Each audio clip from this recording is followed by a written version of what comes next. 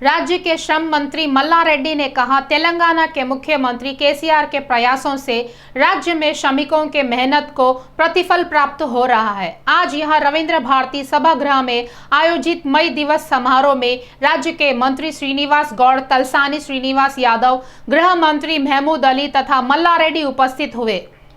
मंत्री ने कहा कि गत 2 वर्षों से कोरोना परिस्थितियों के कारण श्रम शक्ति पुरस्कार प्रदान नहीं किए जा सके। इस समय कोरोना की परिस्थितियां नियंत्रण में रहने से इस वर्ष पुरस्कार प्रदान करने का निर्णय लिया गया है, कहकर मल्ला रेड्डी ने जानकारी दी। उन्होंने बताया कि श्रमिकों के बच्चों के लिए मुख्यमंत्री के चंद्रशेखर राव ने गुरुकुल की स्थापना की है। पूर्व में समय पर वेतन न मिलने से श्रमिक खासी तकलीफों का सामना करते थे। उन्होंने बताया कि तेलंगाना राज्य आ जाने के बाद कहीं पर भी कर्मचारियों संघों के कोई झगड़े नहीं है। कर्मचारियों की मेहनत से ही कंपनियां चल रही है, कहकर मल्ला रेड्डी ने श्रमिकों का मनोबल बढ़ाया। सिकंदराबाद छावनी क्षेत्र के विधायक सायना ने कहा कि दलित बंधु योजना द्वारा दलितों की आर्थिक सहायता करते हुए मुख्यमंत्री केसीआर दलित बंधु के रूप में परिवर्तित हो गए हैं। उन्होंने बताया कि दलितों को उच्च स्तर पर देखने की आकांक्षा से केसीआर दलित बंधुओं द्वारा दलितों को आर्थिक मदद पहुंचाना यह हर्ष की बात है। छावनी निर्वाचन क्षेत्र में 100 लाभार्थियों को दलित बंधु देने के संदर्भ में मुख्यमंत्री केसीआर के चित्र का दुग्ध अभिषेक किया गया। इसी मौके पर सायना ने कहा कि देश भर में दलित बंधु योजना को उच्च शिखर पर पहुंचाने के लिए मुख्यमंत्री केसीआर द्वारा आरंभ की गई दलित बंधुओं की योजना सफल हुई है। उन्होंने बताया कि छावनी क्षेत्र में दलित बंधु योजना के 100 लाभार्थियों को चेक वितरित किए गए हैं। इसी प्रकार दूसरे चरण में 1500 लोगों को दलित बंधु योजना की सहायता पहुंचे, इस प्रकार के प्रयास करने का उन्होंने आश्वासन दिया। उन्होंने कहा कि दलित बंधु योजना का हर कोई सदुपयोग कर विकास के पथ में आगे रहना चाहिए। డబ్బులు ఏం లేకుండా చాలా నీరసంగా ఉంటుంది। కనీసం కొద్దిగా మంచి డబ్బు కలిగి ఉండి ఆర్థికంగా బాగుండి పిల్లల్ని కుటుంబాన్ని మంచిగా చూసుకున్నప్పుడు ఆయన ముఖంలో ఎంతో కళగా ఉంటుంది। ఈరోజు చాలా బీదవాళ్ళు, అన్యం పుణ్యం ఎరగని వాళ్ళు, జీవితంలో ₹1,00,000 కూడా ఎట్లుంటాయో చూడని వాళ్ళు చాలామంది ఉన్నారు। అన్ని జాతులు ఉన్నారు। ఇంకా బీద జాతి అంటే మన దళిత బంధువులు ఇంకా చాలామంది ఉన్నారు। లేదు ఒక కమ్యూనిటీ పరంగా దళితులను నేను తీసుకుంటున్నా। ఇప్పుడు ఈ తెలంగాణలో అందరికీ దళితులకు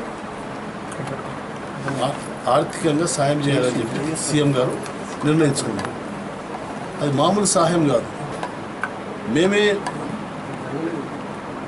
స్టూడెంట్స్ లైఫ్ అయిన తర్వాత ఏదైనా లోన్ తీసుకొని జాబ్ చేద్దామంటే చాలా కష్టమైంది। షూరిటీస్ పెట్టాలా, వార్నింగ్ పెట్టాలా, ఎంప్లాయీ చేసుకొని అతను సంతకాలు పెట్టాలి, లేకుంటే ఇల్లు కాగితాలు పెట్టాలా, బంగారం ఉంటే బంగారం పెట్టాలి। అట్లయితే 1,00,000 2 లక్షలు ఆ రోజు దొరికేది। ఈరోజు నీ దగ్గర నయా పైసలు లేకుండా ఇంట్లో అసలు తినడానికి బాసనలు ఉన్నాయా లేవా, 2 కిలోల బియ్యం ఉందా లేదా, అలాంటి పరిస్థితుల్లో దళితులు ఉన్నారు చాలామంది। వాళ్ళందరికీ ఇప్పుడు ఒకేసారి లక్ష్మీదేవి ప్రసన్నమైనట్లే 10 లక్షల రూపాయలు। प्रदेश कांग्रेस अध्यक्ष रेवंत रेड्डी ने सवाल करते हुए कहा कि कांग्रेस पार्टी के राष्ट्रीय नेता राहुल गांधी द्वारा उस्मानिया विश्वविद्यालय का दौरा करे तो मुख्यमंत्री केसीआर को डर किस बात का है। रेवंत रेड्डी ने बताया कि राहुल गांधी उस्मानिया विश्वविद्यालय का दौरा करने हेतु विश्वविद्यालय के कुलपति से हमारी पार्टी के नेता जग्गा रेड्डी एवं वी हनुमंत राव ने अनुमति मांगी है। उन्होंने कहा कि आज जग्गा रेड्डी और वी हनुमंत राव उस्मानिया विश्वविद्यालय आए तो किस कारण से उन्हें रोका गया है, कहकर रेवंत रेड्डी ने सवालों की झड़ी लगा दी। राहुल गांधी को उस्मानिया विश्वविद्यालय प्रांगण में आने से रोकेंगे कहकर पीसीआर द्वारा यह बात सोचना उनकी मानसिकता को तेलंगाना की जनता समझना चाहिए। टीआरएस नेताओं के द्वारा की जा रही आलोचनाओं पर रेवंत रेड्डी ने प्रतिक्रिया व्यक्त करते हुए कहा, नौकरों द्वारा बात करने से उनकी बातों पर मैं बात नहीं करूंगा, कहकर उन्होंने अपनी स्थिति स्पष्ट कर दी। रेवंत रेड्डी ने कहा कि टीआरएस पार्टी के नेताओं को अमर वीरों के परिवार एवं तेलंगाना का सभ्य समाज चप्पलों से मारना चाहिए। उन्होंने कहा कि रबर के चप्पल पहनने की औकात न रखने वाले भी क्या राहुल गांधी के बारे में बात करेंगे। राहुल गांधी द्वारा उस्मानिया विश्वविद्यालय का दौरा करेंगे तो टीआरएस पार्टी के नेता लोग उन्हें रोकेंगे, अवरोध खड़ा करेंगे। कहना यह शर्मनाक बात है। कांग्रेस पार्टी के विधायक जग्गा रेड्डी ने मिनिस्टर्स क्वार्टर्स का घेराव करने का प्रयास किया। उस्मानिया विश्वविद्यालय के छात्र नेताओं को गिरफ्तार करने की जग्गा रेड्डी ने भर्त्सना की। उन्होंने मांग की है कि गिरफ्तार किए गए जेएसी नेताओं को तत्काल रिहा किया जाए। इसी मौके पर उस्मानिया विश्वविद्यालय के विद्यार्थी नेताओं की गिरफ्तारी पर जग्गा रेड्डी बंजारा हिल्स पुलिस थाने में पहुंचकर गिरफ्तार हुए विद्यार्थियों के प्रति अपना समर्थन व्यक्त किया। इस अवसर पर उन्होंने सवाल किया कि संघर्ष कर हासिल किए गए स्वराष्ट्र में हमें विरोध प्रकट करने का भी अधिकार नहीं है क्या। उन्होंने कहा कि राहुल के दौरे के संदर्भ में उस्मानिया विश्वविद्यालय विजिट की अनुमति ना देना यह बहुत ही दुष्ट कार्रवाई है, कहकर अपना आक्रोश व्यक्त किया। अंदर కూడా తెలిసిన విషయమే రాహుల్ గాంధీ గారు తెలంగాణ పర్యటనకు వస్తున్న సందర్భంలో రాహుల్ గాంధీ గారు తెలంగాణ రాష్ట్రానికి వస్తున్న సందర్భంలో 6వ తారీఖు 7వ తారీఖు 6వ తారీఖు రోజు వరంగల్లో బహిరంగ సభ దాదాపు 6 లక్షల నుంచి 10 లక్షల వరకు మరి పెద్ద మొత్తంలో బహిరంగ సభ జరగాలని టీపీసీసీ పక్షాన తెలంగాణ కాంగ్రెస్ పార్టీ పక్షాన మరి ఒక సభ జరుగుతుంది। అది అట్లనే ముఖ్యంగా ఏంటంటే 7వ తారీఖు రోజు రాహుల్ గాంధీ గారు అంటే ప్రధానంగా ఏంటంటే ఈ తెలంగాణ రాష్ట్రం ఇచ్చింది సోనియా గాంధీ గారు, రాహుల్ గాంధీ గారు। అంటే రాహుల్ గాంధీ గారి ప్రమేయంతో సోనియా గాంధీ గారు కాంగ్రెస్ పార్టీ అంటే టీఆర్ఎస్ పార్టీ ఉద్యమం చేసిన క్రమంలో కానివ్వండి, లేకపోతే ఇంకా అనేక రాజకీయ పార్టీ ఉద్యమం చేసిన పరిణామాలు కానివ్వండి, కాంగ్రెస్ పార్టీ వెనుకకి ఉండి రాష్ట్రం రావాలని చేసిన ప్రయత్నమే కానివ్వండి, అల్టిమేట్ ఇక్కడ ఉన్నటువంటి డిమాండ్లో ఉస్మానియా యూనివర్సిటీ సంబంధించిన యువకులు ప్రధానంగా ఒక జేఏసీగా మరి ఉస్మానియాలో కానివ్వండి, కాకతీయ కానివ్వండి, జిల్లాలో ఉన్న స్టూడెంట్స్ కానివ్వండి, అందరూ కూడా రాష్ట్రం వస్తే ఈ రాష్ట్రంలో అనేక ఉద్యోగాల్లో భర్తీ జరుగుతుంది। అదే కాకుండా మరి ఉస్మానియాలో ఉన్న పరిస్థితులను కొంత ఇంతకంటే ఇంకా మెరుగుపడితే అనే ఒక ఆలోచనతో ఆశతో అనేక సందర్భాల్లో మనందరం కూడా చూసిన ఉద్యమం టైంలో ఉస్మానియా యూనివర్సిటీ కానివ్వండి, అక్కడ విద్యార్థులు పీజీ స్టూడెంట్స్ డిగ్రీ స్టూడెంట్స్ అందరూ కూడా ఆత్మహత్య చేసుకున్న సందర్భం కూడా మనం చూసినాం, ఏది రాష్ట్రం రావాలని। అలాంటి సందర్భంలో రాష్ట్రం వచ్చింది, రాహుల్ గాంధీ గారు రాహుల్ గాంధీ గారి పర్యటనను ఎందుకంటే ఈ రాష్ట్రం వచ్చి 8 సంవత్సరాలు అయింది। ఈ 8 సంవత్సరాల నుంచి కూడా నేను రాహుల్ గాంధీ గారు మేము రిప్రజెంటేషన్ వైస్ ఛాన్సలర్కి ఇచ్చినాము, తప్పకుండా వీసీ గారికి ఇచ్చినాము, కానీ వీసీ గారు నేను రిజెక్ట్ చేశారు। అంటే నిజంగా ఎంత దురదృష్టం చూడండి। लिंगोजीगुड़ा डिवीजन स्थित सरूनगर पोस्ट ऑफिस के समीप काकतीय स्कूल के सौजन्य से कंदी कंटी श्रीधर गौड़ के नेतृत्व में अंतर्राष्ट्रीय श्रमिक दिवस समारोह भव्य रूप से मनाया गया। मई दिवस के संदर्भ में जीएचएमसी सैनिटरी स्वास्थ्य विभाग पुलिस के कर्मियों का सम्मान कर उन्हें स्मृति चिन्ह प्रदान किए गए। INTUC राज्य शाखा के नेता निजेला जितेंद्र ने कहा कि हर एक श्रमिक ESI और PF लेना चाहिए, उससे काफ़ी उपयोग होता है और लाभ होता है। स्थानीय कांग्रेस पार्टी के पार्षद दरपल्ली राजशेखर रेड्डी ने कहा कि राज्य सरकार श्रमिकों के साथ सामाजिक न्याय किया जाएगा कहकर उस बात को भूल गई है, यह बहुत ही अन्यायपूर्ण है। उन्होंने कहा कि केवल मई दिवस एक ही दिन श्रमिकों की मर्यादा करना और उनकी सम्मान करना यह मात्र दिखावा है, उन्हें उनके जीवन पर्याप्त सम्मान देना चाहिए। इस कार्यक्रम में काकती स्कूल के vice chairman Venkat Reddy, principal director Sagun Saroor नगर थाने के सब इंस्पेक्टर रमेश तथा अन्य कई विभागों के श्रमिक उपस्थित थे। శానిటేషన్ సిబ్బందికి ఒక అండగా ఉంటూ ఒక అన్నగా మీ అందరి బాధలు తీరుస్తున్న శంకర్ అన్న గారు, ఆయన కాళ్ళు విరిగినా సరే ఈ మధ్య ఒక 2 నెలల నుంచి కాళ్ళు ఇబ్బంది ఉన్నా సరే ప్రతిరోజు కూడా ఫీల్డ్లో తిరుగుతూ మీ అందరికీ ధైర్యం ఇస్తున్న మీ వ్యక్తి ఆయన కూడా ఇక్కడికి విచ్చేసిన నాతోటి రోజు ఉదయం మేము లేవడానికి కారణం మీరే అనేది అందరూ గుర్తుపెట్టుకోవాలి. మీరు క్లీన్ చేస్తేనే మేము రోడ్ల మీదకి రాగలుగుతున్నాం. మీరు లేకుంటే నిజంగా ఈ వ్యవస్థ ఎటుపోతుందా అనేది ఒకసారి ఆలోచించుకుంటారు. చాలా చూసినాం, డ్రామాలు చేసేటోళ్ళు టైంకి కాలు గడుపుతారు, నెత్తి మీద నీళ్ళు చల్లుకుంటారు, మీ కాలు తల్లి దాన్ని ఎంత దూరం తీసుకుపోతారా అనే దానికి జస్ట్ ఏదో అంటే యాక్షన్ టీమ్గా మాట్లాడుతుంటారు, వస్తారు, కాళ్ళు గడుపుతుంటారు.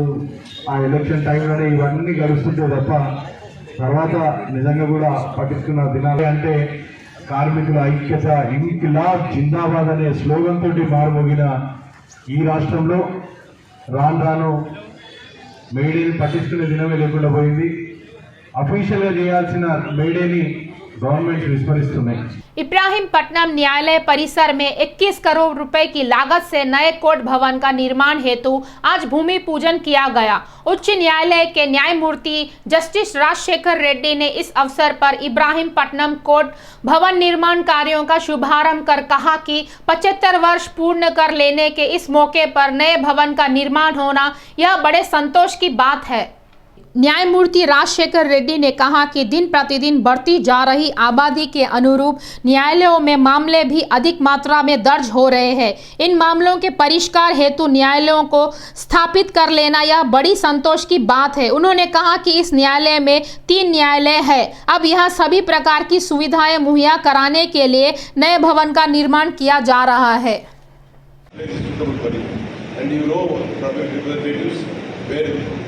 How to get the land allotted and which place would be suitable.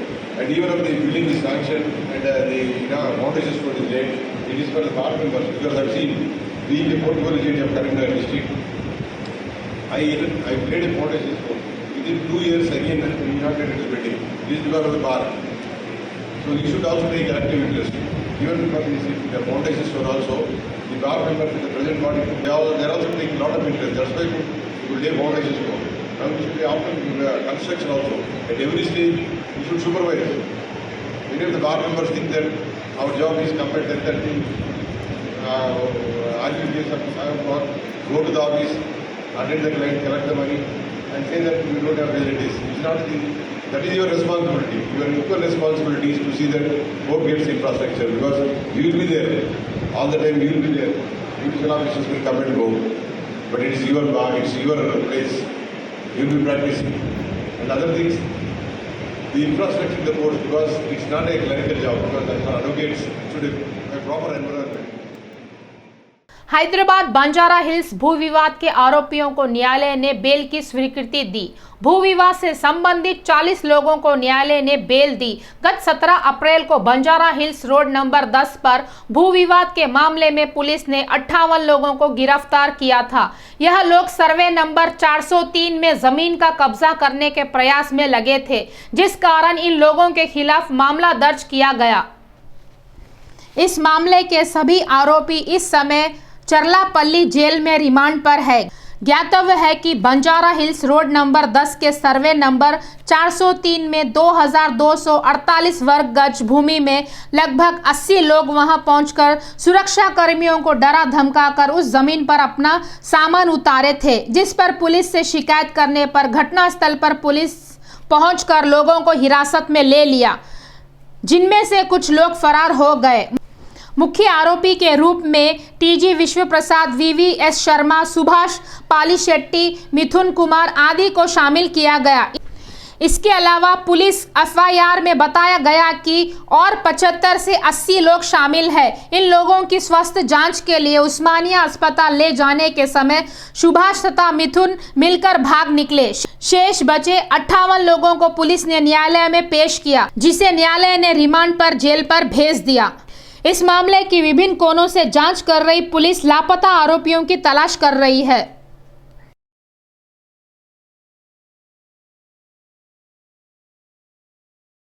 कुक्कटपल्ली housing board police थाना परिधि में एक युवती को उठा ले गया कहकर इस कोण से उस युवक के माता पिता की खूब पिटाई करने की घटना घटी। सरदार पटेल नगर में युवती एक युवक के लापता होने के मामले में महिला के माता पिता ने क्रोध में आकर लड़के के माता पिता की खूब धुनाई की थी।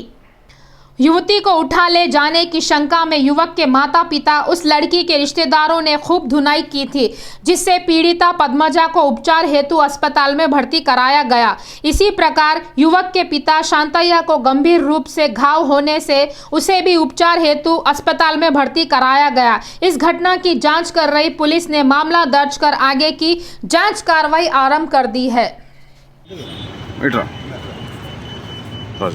చెప్పండి అన్న. నా పేరు శ్రీనివాస్. నేను 5 గంటలకు వెళ్ళిన అక్కడ అప్పుడు ఏం లేదు. తర్వాత ఒక అర్ధ గంట తర్వాత వాళ్ళు వచ్చిండ్రు గడబెట్టిండ్రు. సరే వస్తానని కూడా దన కొట్టి ఆగకుండా కొట్టేసి వాళ్ళ ఇంట్లో చెప్తే కూడా ఎంత ఎక్కడికైనా రక్తాలు అంటే అసలు ఎందుకు కొట్టిండ్రో ఏమైనా చెప్పినరా? మా అమ్మాయిని తీసుకుపోయి కొడక చెప్పని కొట్టేసి ఆగకుండా స్టార్ట్ అసలు ఆపేలేదు. హాఫ్ అన్ అవర్ తర్వాత బాగా కొట్టేసి ఇది తీసుకున్నా ఉండేవాళ్ళు ఎత్తుకొని పోయిన అయింది. తర్వాత ఏమైనా వచ్చి ఎత్తుకొని పోయినారు 5 గంటలకు 5:30కి అమ్మాయిని వీళ్ళని తీసుకు తల్లిదండ్రులు తీసుకుని అమ్మాయిని తీసుకెళ్ళి తల్లిదండ్రులను తీసుకుపోయేటప్పుడు చూసిన. సరే అన్న చెప్పండి. నిన్న రాత్రి 11 గంటల ప్రాంతంలో ఒక వాచ్మెన్ అయినటువంటి శాంతయ్య ఇంటికి వచ్చేసి శాంతయ్య కొడుకు నరేష్ అదే కాలనీకి చెందినటువంటి ఇంకో గాయత్రి అనే అమ్మాయిని తీసుకెళ్ళి అంటే లవ్ అఫైర్ విషయంలో అమ్మాయిని తీసుకొని వెళ్ళాడనే దాంట్లో ఇంటికి వచ్చి శాంతయ్యను కొట్టడం జరిగిందని ఒకటి కంప్లైంట్ వస్తే ఇమీడియట్ శాంతయ్యను మనం హాస్పిటల్కి పంపించేసి ఆ కొట్టినటువంటి వాళ్ళపైన ఒక కేసు అనేది రిజిస్టర్ చేశాము. ఫర్దర్గా ఆయనకు దెబ్బలు తగిలిన దాన్ని బట్టి ప్లస్ రిపోర్ట్ని బేస్ చేసుకొని కేసు ఇన్వెస్టిగేషన్ చేసుకొని దాన్ని మనం ఫైనల్ చేస్తాం. ఎవరు దాడి చేశారు అసలు వాళ్ళపైన? ఇప్పుడు ఈ గాయత్రి యొక్క బాబాయిలు ప్లస్ వాళ్ళ రిలేటివ్స్ వచ్చి దాడి చేశారని చెప్పేసి మనకి ఇచ్చినటువంటి కంప్లైంట్ వచ్చేసి రాజేశ్వరి, వైఫ్ ఆఫ్ శాంతయ్య, వాచ్మెన్గా పనిచేస్తున్నది మన సర్దార్ పటేల్ నగర్. घटकेसर टाउन के मैसम्मा गुट्टा के पास घटी सड़क दुर्घटना में घायल हुए राजू की आज अस्पताल में उपचार के दौरान मौत हो गई। राजू की गंभीर रूप से घायल अवस्था में अस्पताल में भर्ती कराया गया था।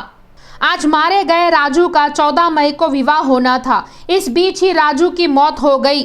मौत हो जाने से उसका पूरा परिवार सुख सागर में डूब गया है। सड़क हादसे का कारण बने कार के मालिक के घर के समक्ष राजू के परिजनों ने धरना आंदोलन किया, जिससे एदुलाबाद सड़क मार्ग पर भारी ट्रैफिक जाम लग गया।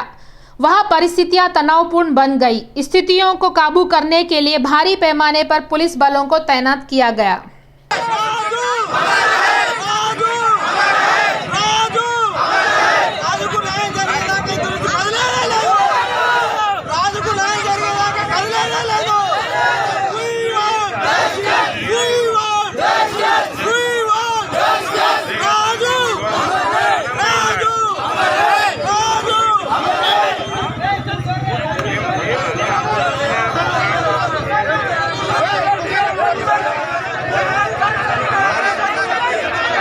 मेडचल जिले के जवाहर नगर पुलिस थाना परिधि में सीआरपीएफ अरुंधति नगर में रहने वाली महिला उषा विश्वकर्मा नामक के घर पर कुछ लोगों ने हमला किया।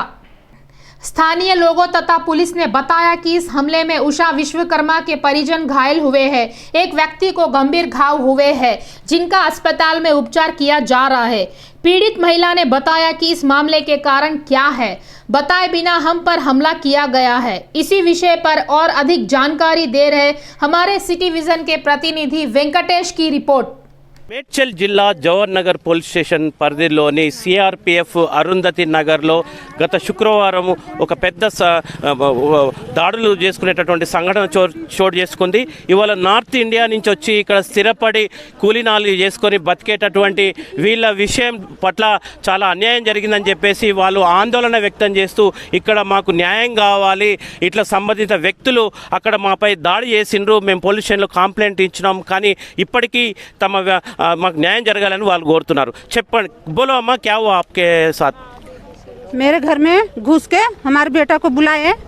हमारा बेटा आया तो तुरंत उसका हाथ खींचे, हाथ नहीं पकड़ पाए तो पैर खींचे, पैर खींच के मारने लगे। हाँ, मारने लगे पैर खींच के।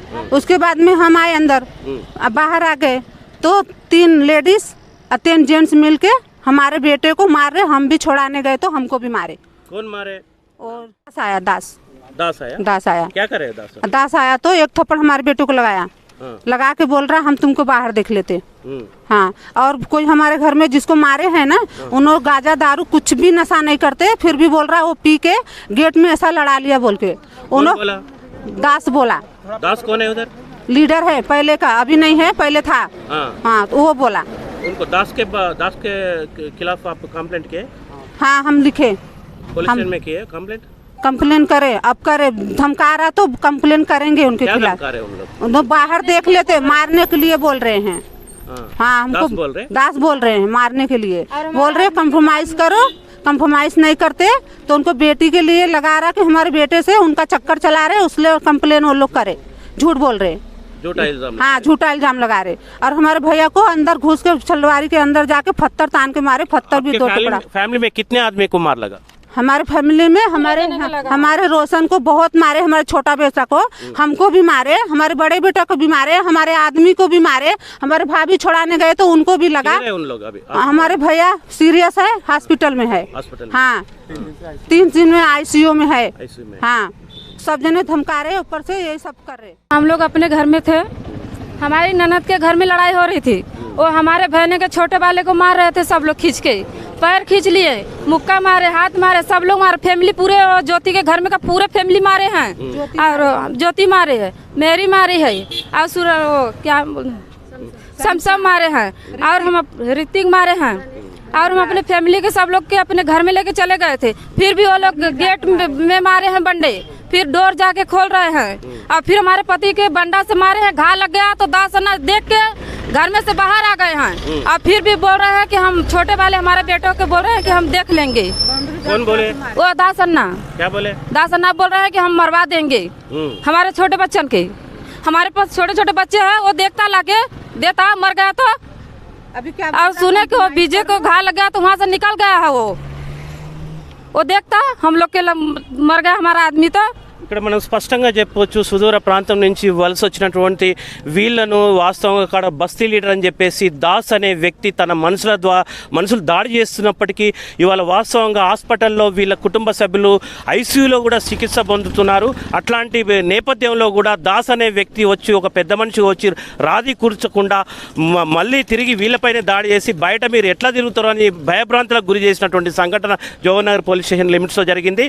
ఒకటి మాత్రం ఇక్కడ స్పష్టమవుతుంది, ఒక లీడర్ వెనుక 10 మంది ఉంటే ఆ 10 మంది లీడర్ మనుషులు ఎవరి మీద దాడి చేసినా కానీ ఇవాళ వాళ్ళకు ఇవాళ దిక్కుమొక్కు లేని పరిస్థితి ఏర్పడ్డది. ఇప్పటికి కూడా అక్కడ ఉన్నటువంటి యువకులను భయభ్రాంతులకు గురి చేస్తున్నట్టు మనకు అర్థమవుతుంది. అంటే పోలీస్ డిపార్ట్మెంట్ కూడా స్పష్టంగా రాచకొండ సిపి కమిషనర్ ఆలోచించాలి. ఏంటంటే ఒక లీడర్ వెనుక లీడర్ మనుషులు దాడి చేస్తే వలస వచ్చినటువంటి జీవులకు ఏదైనా రక్షణ లేకుండా పోయింది. ఖచ్చితంగా దీని పట్ల ఆ లీడర్తో పాటు దాడి చేస్తున్న వ్యక్తులపైన కఠిన చర్య తీసుకోవాలని వీళ్ళు కోరుతున్నారు. City vision Venkatesh. Kukatpally housing board face 9 में स्थित फोरम सुजाना मॉल के एक दुकान में कुछ शरारती तत्वों ने चोरी की घटना को अंजाम दिया।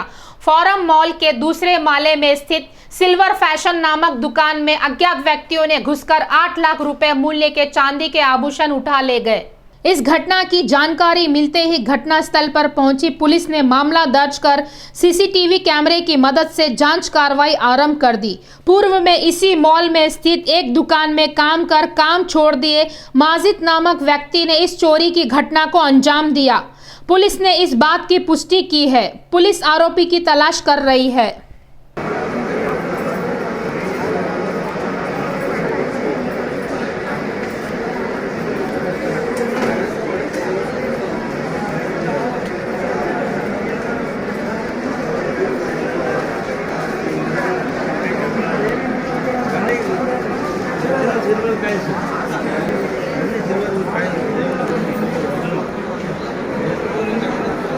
సార్ వాడు ఏం చేస్తుంది సార్, ఇవన్నీ ఎక్స్పెన్సెస్